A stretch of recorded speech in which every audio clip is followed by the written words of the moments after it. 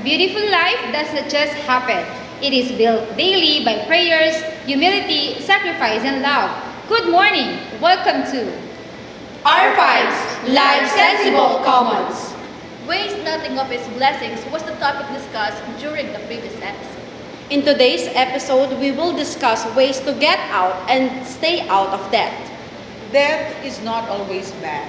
In fact, there is a good debt. That's a debt of gratitude. Our speaker for today has it all because he knows that when you know how to look back, God would bless you even more. He's blessed. He's our speaker for today, Sir Chris. I'm sure you will agree with me when I say that the moment that we have accepted Jesus Christ in our lives is also we were given the opportunity to entrust to Him the aspects of our lives. Intellectual, emotional, social, and of course, spiritual aspect of our lives. But there is one aspect of us Christians that some take into the process before they can fully surrender it, and that is the financial aspect. Bakit kaya may mga Kristiyano na dumadaan pa sila sa proseso bago nila lubusang maisuko ang aspetong pera o pinansyal sa Panginoon? Ibig bang sabihin nito na ang pagka-Kristiyano dapat ay dadaan tayo sa panghuling proseso na kung saan sa usaping pera ay dapat muna tayong pinuhin ng Panginoon? Is that really what God wants in our lives? Kailangan ba na kapag ikaw ay Kristiyano, marami kang pera o sagana ka sa material na pagpapala? And therefore, others are being fooled by the reality na kapag naging Kristiyano sila, they will really be blessed abundantly and fully without doing nothing. But mind you, when we are serving the Lord and surrendering to His power, meron dapat na ipapagawa sa atin ng Panginoon before He would manifest His power into our lives. Hindi sa lahat ng pagkakataon ay we are being favored. Instead, we have to follow what God wants in our lives. On that note, let us have the word of God from Proverbs 22:7 that says, "The rich rules over the poor, and the borrower is always the slave of the lender." Dahil sa maling pagkakaintindi sa usaping spiritual, ang ilang mga Kristiyano ay nagkakaroon sila ng kaisipan na kailangan kapag ikaw ay isang miyembro ng isang church, upang makapagbigay ka, kailangan ay mayroon kang maraming pera. Money is not a requirement for you to be part of a church. Alam nating lahat na kailangan ng iyong commitment, ang iyong oras, and full surrender to the authorities of the church. Hindi ibig sabihin na kailangan pilitin natin na magkaroon tayo ng salapi o ng mga material na bagay upang meron tayong maibigay o maiabot. It only means na kailangan ay matutunan natin kung paano tayo maging mabuting katiwala sa mga pinagkakaloob na biyaya ng Panginoon sa atin.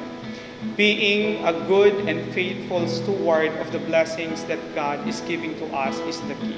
Paano natin magagawa iyon? We can embrace a diligent and a constant budgeting. Bilhin kung ano lamang nararapat, and we have also to remind ourselves na huwag tayong gagastos ng lagpas sa ating means o sa ating budget. Alamin dapat natin kung ano ang mga kailangan natin. And most importantly, we must not forget what is for the Lord. When we say what is for the Lord, clearly in Malakay 3:10, pinapaalalahanan tayo ng Panginoon na wag natin dapat kunin ang para sa Kanya. Ibigay natin ng buong buo ang 20% ng anumang pagpapala na meron tayo. We must follow the rule of God in terms of giving, tithing, and offering the blessings that we receive. When we can do this religiously, wholeheartedly, and consistently, for sure, aayusin ng Panginoon ang aspeto o ang pagkakristyano natin, lalo na sa aspetong pinansyal. When there is a need, there is always a provision. Yan ang lagi nating dapat natatandaan at dapat nating maranasan, and we can really claim in our lives. Hindi tayo pagkukulangan ng Panginoon at hindi natin mararanasan na tayo ay mabaon sa utang o masira ang ating pangalan dahil hindi tayo nagiging mabuting katiwala sa ibinibigay ng Panginoon sa atin. From this, I hope we can ponder that, of course, the Lord is very much willing to help us and guide us and establish our financial aspect in our lives. That will be all, and to God be all the glory.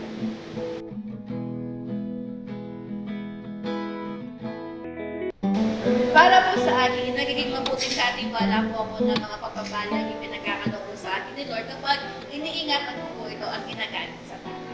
Ako naman, ang masasabi ko nagiging mabuting katiwala ako ng kung ano man ang meron ko ngayon kapag ginagamit ko ito, hindi para sa sarili ko, kung hindi para sa iba. Nang sa ngayon makita nila na ang Diyos talaga ang nagpapala sa atin. Let us present ourselves fully to God through the prayer of salvation. Ma'am Sheila will lead. Sige po, tayo po yumuko at manalangin. Amang Diyos, ako po ngayon lumalapit at nagpapakumbaba sa iyong harapan. Patawaran niyo po ako sa lahat ng aking mga nagawang kasalanan, sa isip, sa salita at sa gawa. Sa oras na ito, tinatanggap kita bilang aking Panginoon at sariling tagapagligtas ng aking buhay. Puspusin niyo po ako ng inyong Santong Espiritu at kabanalan. Simula sa araw na ito, kayo na po ang masunod sa lahat ng aking gagawin at sa lahat ng aking mga plano. Isulat po ninyo ang aking pangalan, sabihin po natin ang ating mga pangalan, Sheila S. Marin, sa Aklat ng Buhay, in Jesus' name. Amen. And at this point, let us have a powerful declaration. Teacher Rizzi will lead. With conviction, I declare that by the power of the blood of Jesus, we are all sickness-free, inflation-free, poverty-free, stress-free, and that no weapon formed against us shall prosper, and we would enjoy each day of our lives, knowing that we lack nothing. In Jesus' name, amen. Before we end, let us not forget that becoming debt-free is a dedication to honor God responsibly. See you again next week. This is Our Lives, Life Sensible Commons.